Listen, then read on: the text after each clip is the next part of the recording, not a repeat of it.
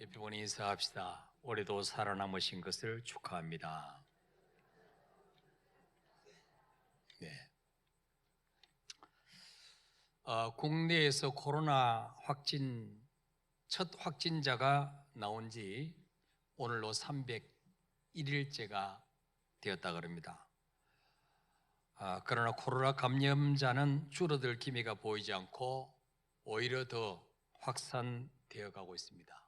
우리나라뿐만 아니고 전 세계의 221개국에서 지금까지 5,003만 32만 명, 우리나라 전체 인구보다 더 많은 사람이 코로나에 걸려서 확진자가 되었습니다.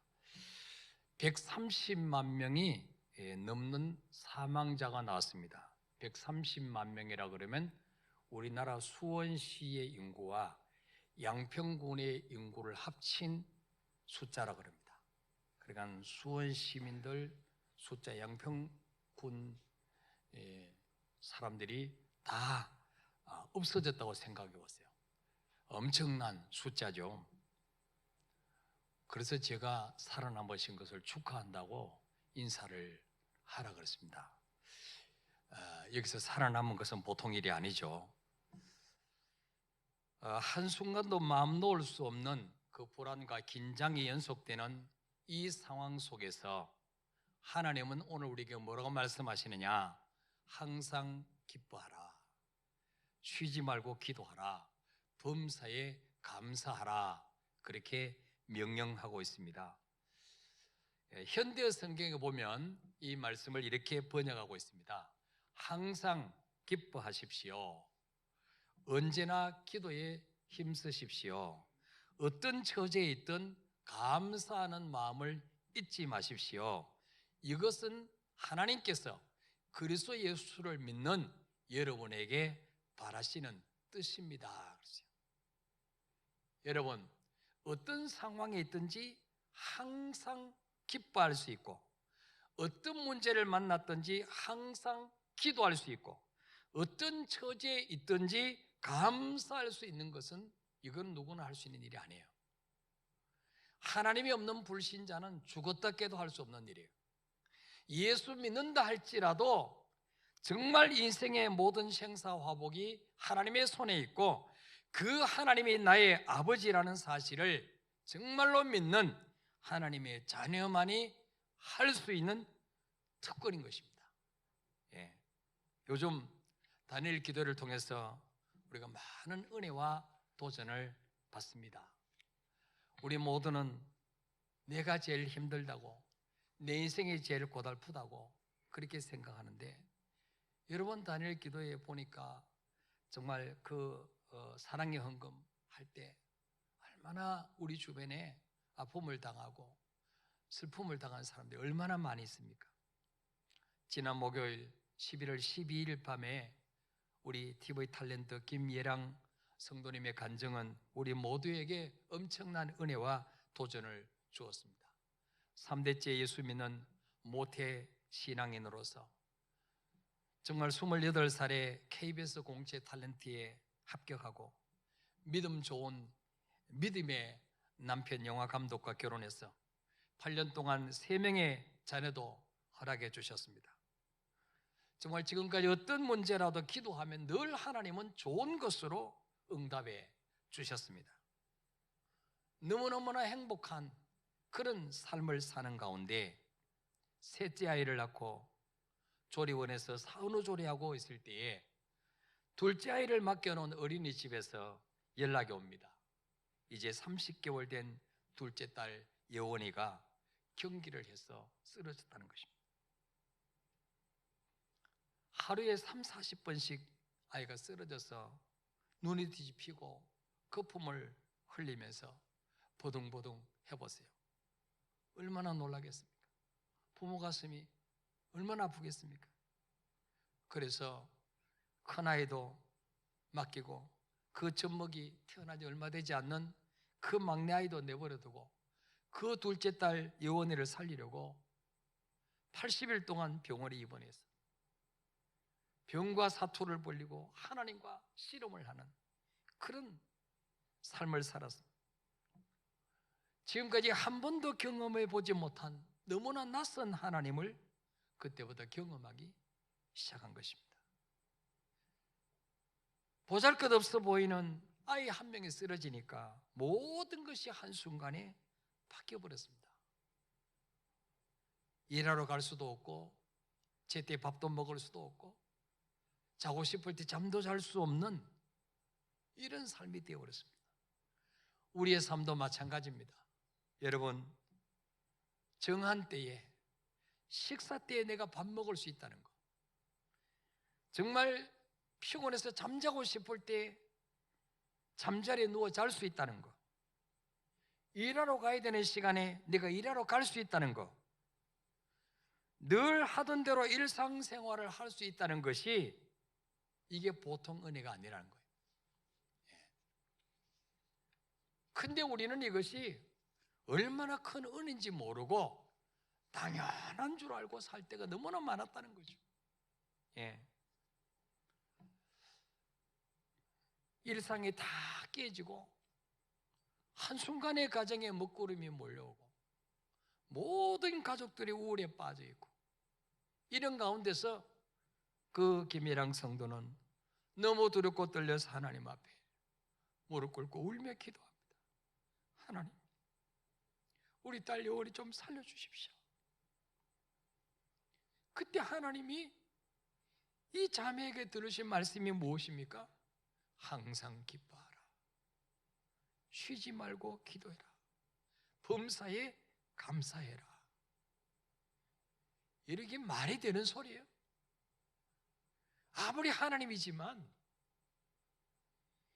그렇게 예쁘고 똑똑하던 딸이 지금 이 간질, 이 뇌전증이라는 병이 와서 뇌가 점점 손상되어 가는데 이거 빨리 고치지 않으면 엄마도 알아보지 못하고 평생 움직이지도 못하고 식물인간으로 누워서 살아야 될 수도 있는데 어떻게 그 상황 속에서 기뻐하라고 합니까?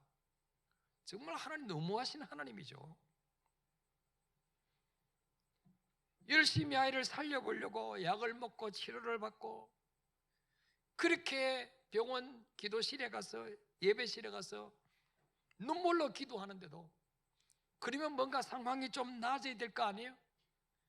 근데 상황은 점점 더 악해져 가고 아이는 점점 더 심하게 발작을 하고 그런 가운데 어떻게 쉬지 않고 기도할 수가 있을까요? 처음에는 내가 무슨 죄를 지어서 하나님 앞에 이런 벌을 받는가? 그래서 하나님 앞에 생각나는 거 다 회개했어요.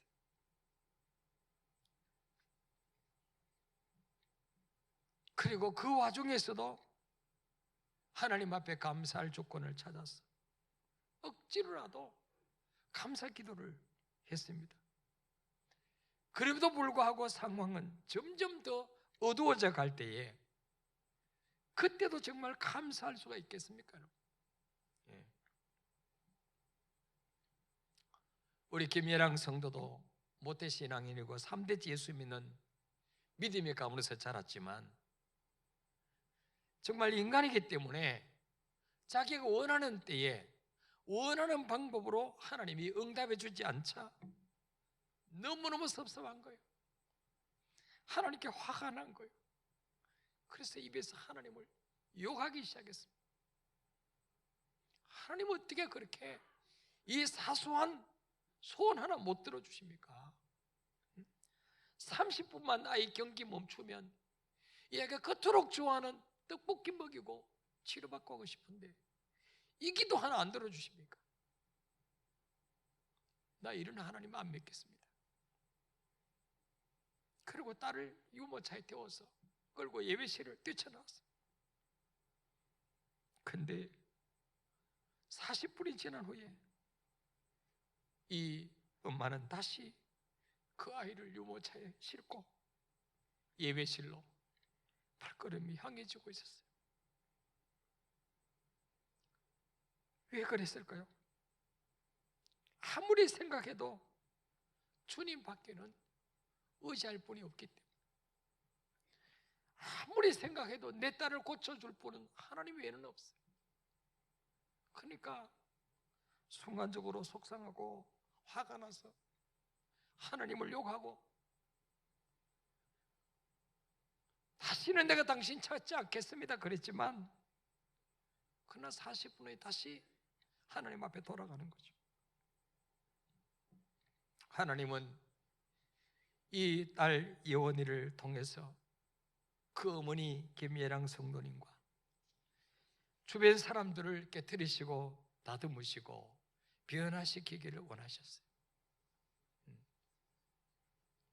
골탕 먹이려고 힘들게 하려고 고난을 주시는 것이 아니라 그 고난을 통해서 우리 죄성을 깨트리시고 교만을 깨트리시고 내 속에 있는 영적인 불순물들 추하고 더러운 거 다 걸러내게 하셔서 우리 주님이 원하실 때에 마음껏 쓰시려고 하나님 이런 고난을 허락하신 것입니다.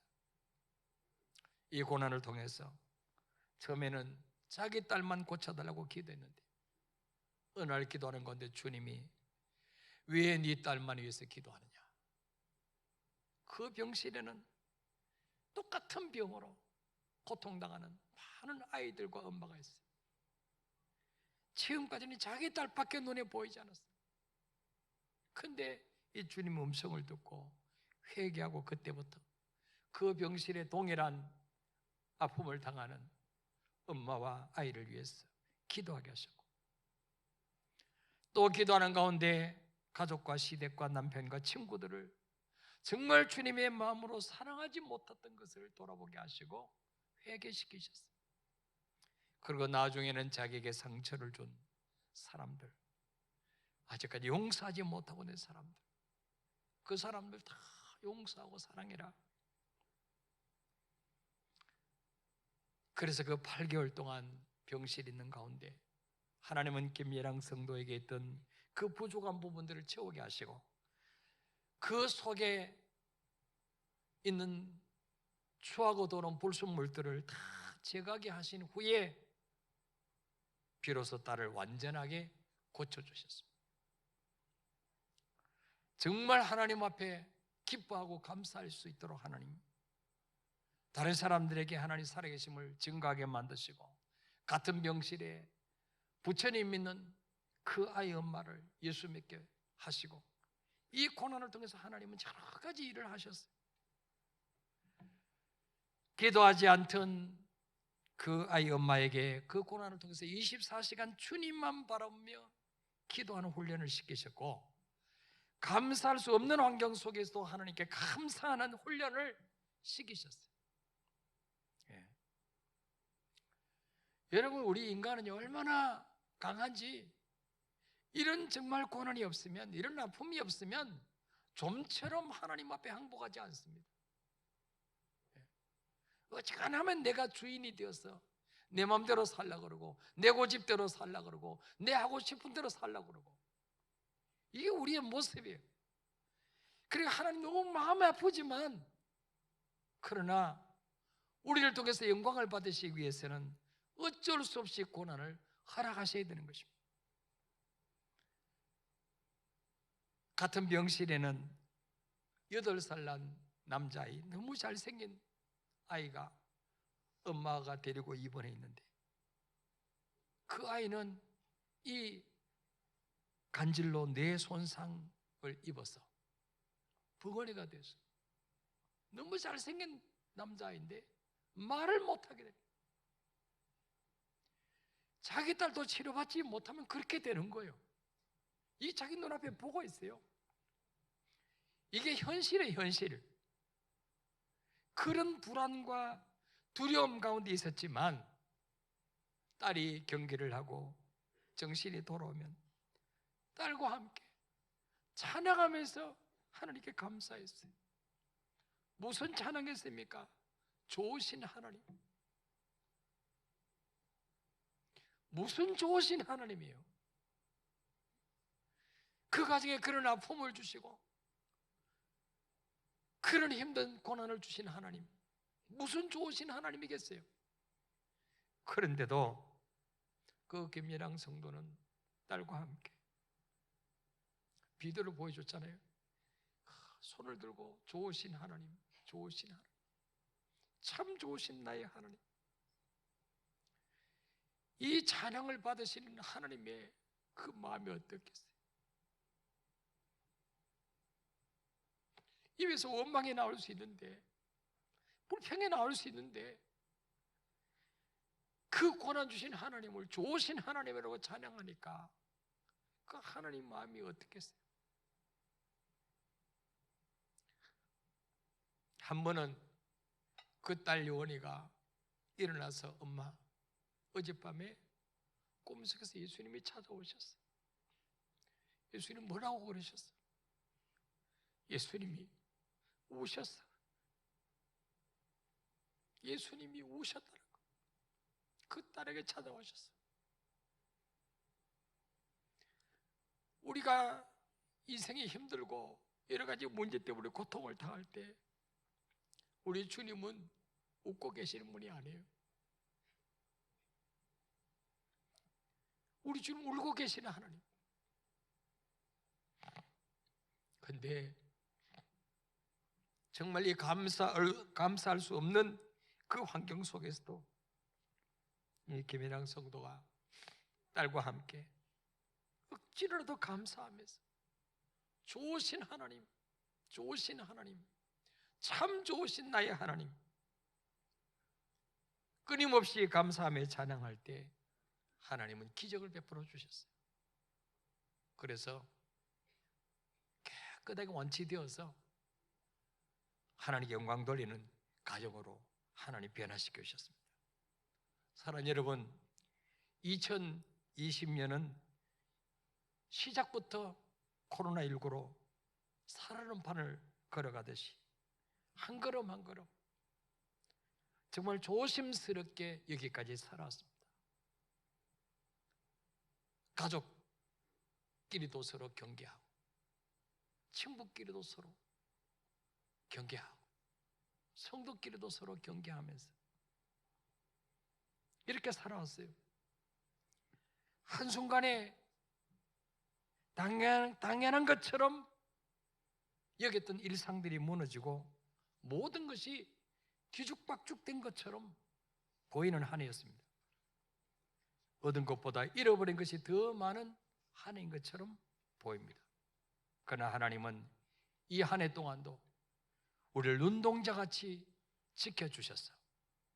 우리나라의 코로나 확진자가 28,338명, 의심에 대해서 검사 중에 있는 사람이 34,692명, 이 코로나로 사망한 자가 492명이나 되었지만, 그러나 오늘 여기 오신 저와 여러분은 하나님이 그 심한 전염병에서 우리를 지키시고 건져주셨습니다.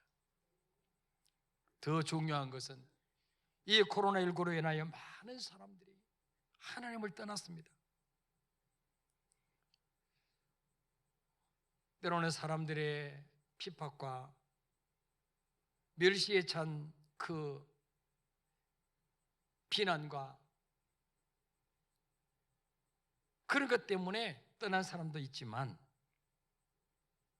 참이 고난을 이기지 못하고 하나님을 떠난 사람들이 교회마다 얼마나 많은지 모릅니다. 그러나 그 가운데서도 믿음 지킬 수 있도록 우리 하나님이 붙잡아 주셨습니다.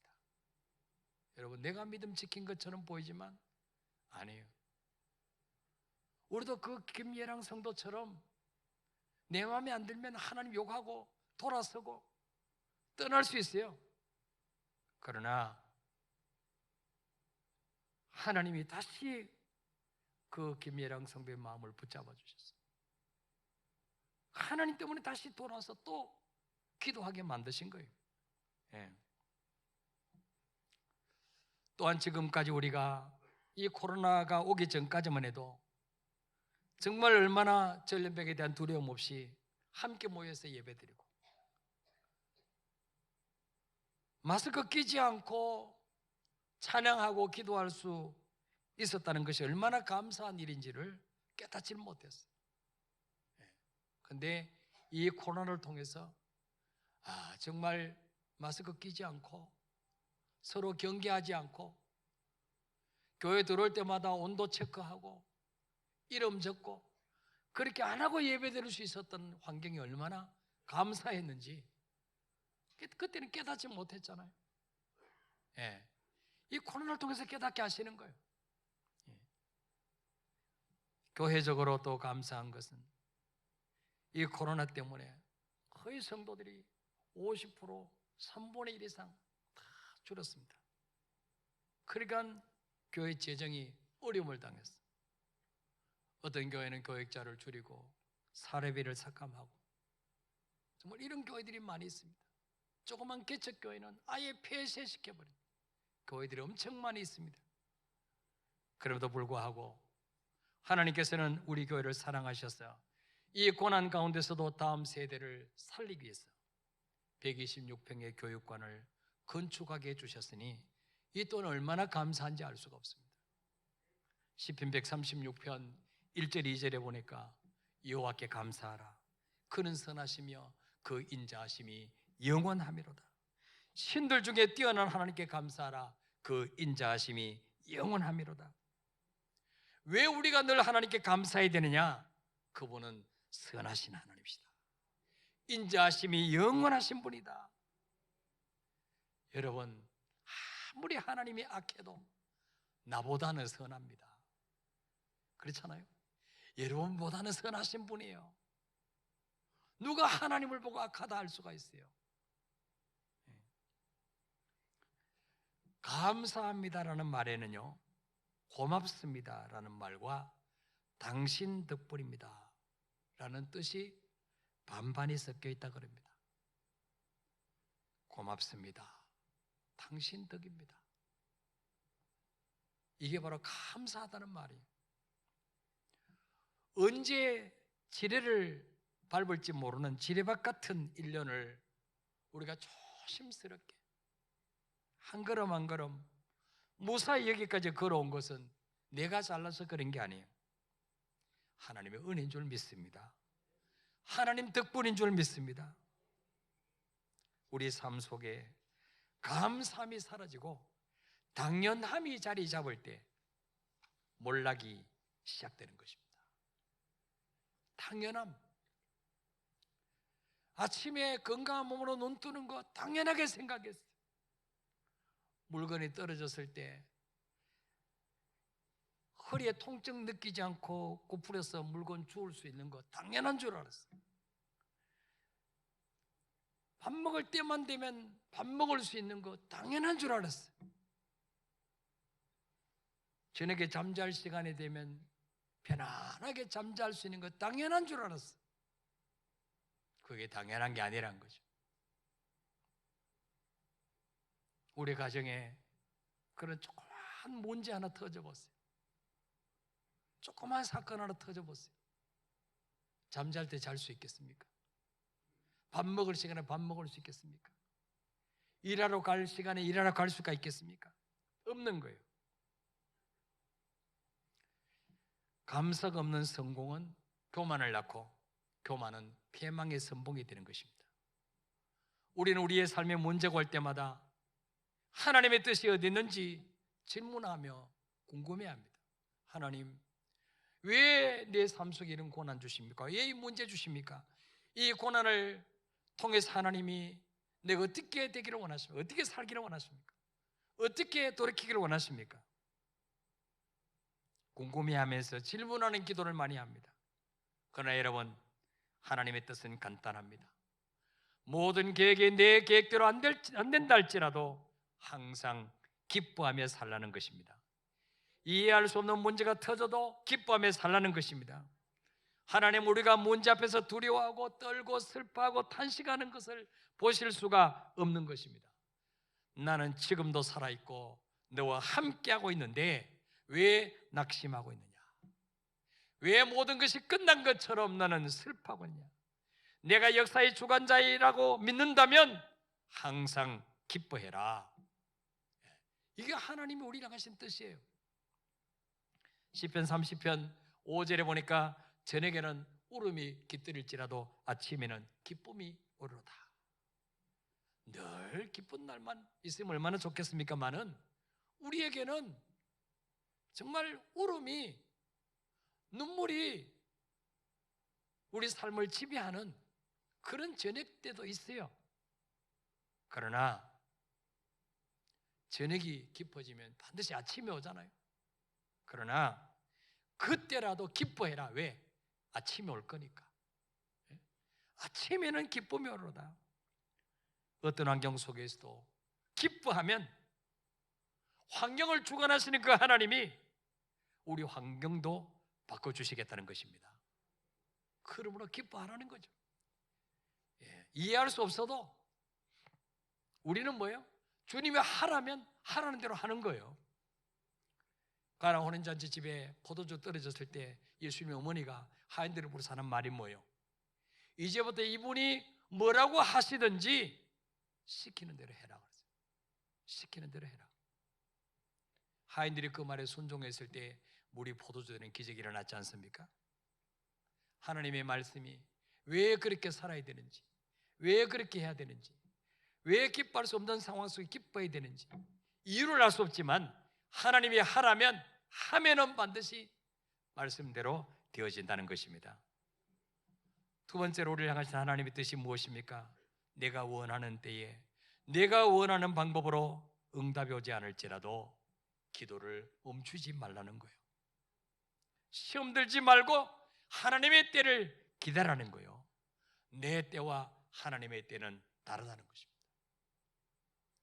이번 다니엘 기도회 때 또 탤런트 누구죠? 무슨 유나? 송유나? 오유나? 오유나. 저는 성경밖에 안 보니까 그분이 얼마나 이쁘고 그랬습니까? 근데 그 가정에 자폐아 아들이 있어서 그게 가시가 되는, 늘 기도합니다. 하나님, 우리 아들 자폐 좀 고쳐주세요. 근데 이게 안 고쳐지는 거예요. 내가 원하는 때 시원한 뭔가 눈에 보이는 게 없는 거예요. 때로는 낙심이 되고 주님 떠날까 생각이 들지만, 그러나 계속 기도했더니 TV의 어떤 방송을 통해서 자기 아들이 소개되게 되고 그 일을 통해서 자폐아를 둔 많은 엄마들이 그 방송을 보고 힘을 얻고 위로를 얻고, 나만 재수 없어서 이런 고난 당하는 게 아니고 저 이쁘고 모든 것이 부족함이 없을 것처럼 보이는 저 오유나 탤런트 가정도 이런 아픔이 있구나.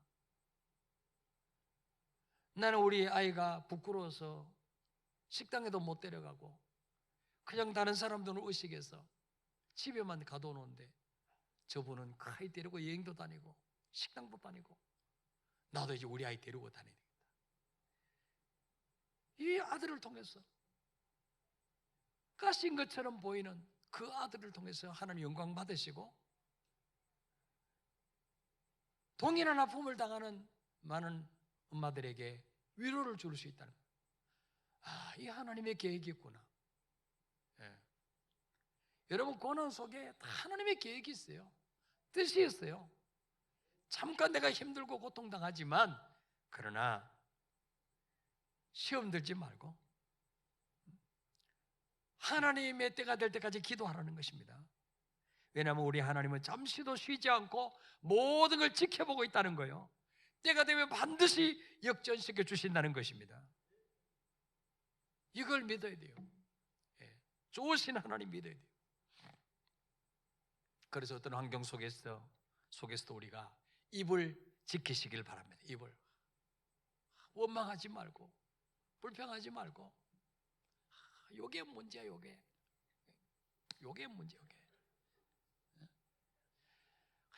조금만 좀 하나님 응답하시면 그냥 할렐루야 놀렐루야 막 그래가지고 뭐 지가 제일 잘 믿는 것처럼 그러다가 조금만 그냥 좀 내 계획대로 안 되면 삐져가지고 삐짐 다음 주부터 교회 하나 봐라.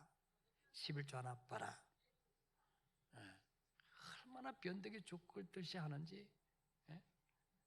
하나님은 우리를 다 잠시도 쉬지 않고 지켜보고 있다. 너희 주변 사람들이 너희 입을 지켜보고 있다. 뭐라고 말하는지. 그래서 항상 기뻐하고 감사하라는 거예요. 그 가운데서도 감사하라는 거예요. 이게 하나님의 뜻이란 거죠. 다니엘의 감사 기도가 사자의 입을 막았습니다. 사드락 메삭 아벳느고의 감사가 풀무불의 죽음에서 건전이었습니다. 매맞고 옥에 갇힌 바울과 실라는 울어야 될 때 찬송하고 탄식해야 될 때 기도하고 원망불평해야 될 때 감사했습니다. 그랬더니 옥터가 흔들리고 옥문이 열리고 쇠창고가 풀려지게 되고 간수가 회개하고 그 가족이 예수 믿게 되고 그 사건을 통해서 빌립보 교회가 세워지게 되고 그 빌립보 교회가 바울이 평생 선교 사역하는 데 스폰서가 되고 돕는 자가 됐잖아요. 위로자가 됐잖아요. 절대로 우리에게 고난은 고난 자체로 끝나는 것이 아닙니다. 고난보다 더 큰 축복이 반드시 기다리고 있다는 거예요. 그래서 항상 기뻐하라는 거예요. 쉬지 말고 기도하라는 거예요. 범사에 감사하라는 거예요. 하나님이 가장 기뻐 받으시는 제사는 감사로 드리는 제사입니다. 시편 50편 23절에 감사로 제사를 드리는 자가 나를 영화롭게 하나니 그의 행위를 옳게 하는 자에게 내가 하나님의 구원을 보이리라. 여러분, 지금 감사할 수 없는 환경 가운데 있습니까? 그래도 하나님은 감사라고 말씀하십니다. 기뻐할 수 없는 환경 가운데 있습니까? 그래도 기뻐하시기를 바랍니다. 그러면 반드시 믿음대로 되게 하실 줄 믿습니다. 우리 찬양하고 기도하겠습니다. 은혜 아니면 살아갈 수